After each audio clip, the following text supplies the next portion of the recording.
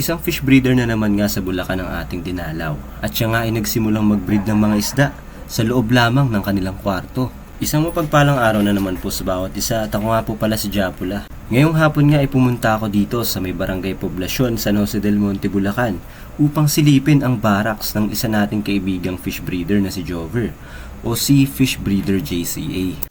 Ayon sa kanya, nagsimula siyang mag-alaga ng mga isda noong 10 years old pa lamang siya at taong 2015 nang una siyang nag-breed ng betta fish at flower horn.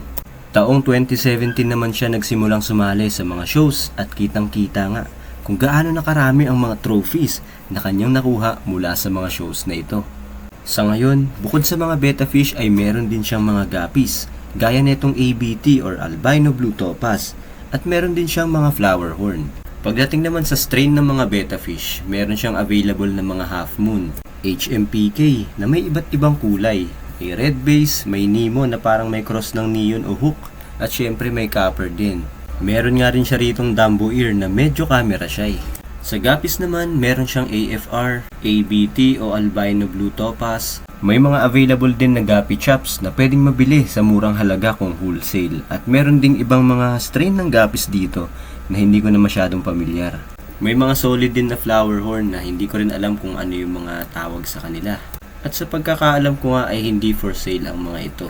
Puwera na lamang yung mga flower horn na nakalagay dito sa pinutol na galon ng mineral water. At namanghanga ako dito sa kanyang barak sa loob ng kanilang kwarto. Dahil makikita natin na maliit lang din talaga yung space, pero makikita natin kung gaano ka-organize. Dito nakalagay yung mga isdang sinasali niya sa show, yung mga trophies, pati na rin yung mga ilang binibreed niya.